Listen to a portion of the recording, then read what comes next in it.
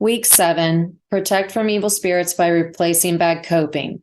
Day 36, how demons interact with us. Quote, very few people believe in the devil these days, which suits the devil very well. He is always helping to circulate the news of his own death. The essence of God is existence, and he defines himself as, I am who am.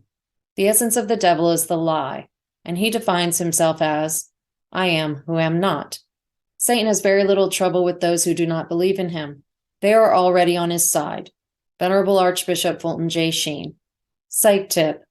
If you choose not to believe evil spirits communicate directly to all of us, you're an easy puppet. How does a demon communicate? Like any spiritual being without a body, telepathically, exactly how our guardian angel and God speaks to us, or indirectly through other persons, live or in the media, who unknowingly believe and repeat what a demon says to them. When an evil spirit communicates louder and is more obviously not our own thoughts, it's mislabeled as auditory hallucinations by modern psychology and psychiatry.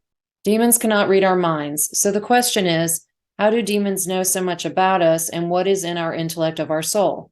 The answer, we volunteer it all through our exterior behaviors, i.e., what we play, watch, read, listen to, say, do, and non-verbally express. Demons watch us our entire lives and have perfect memories. Demons tell us what they want us to remember. It is our fault for choosing to believe our memories are accurate without first checking it with Jesus Christ. Scripture to meditate on.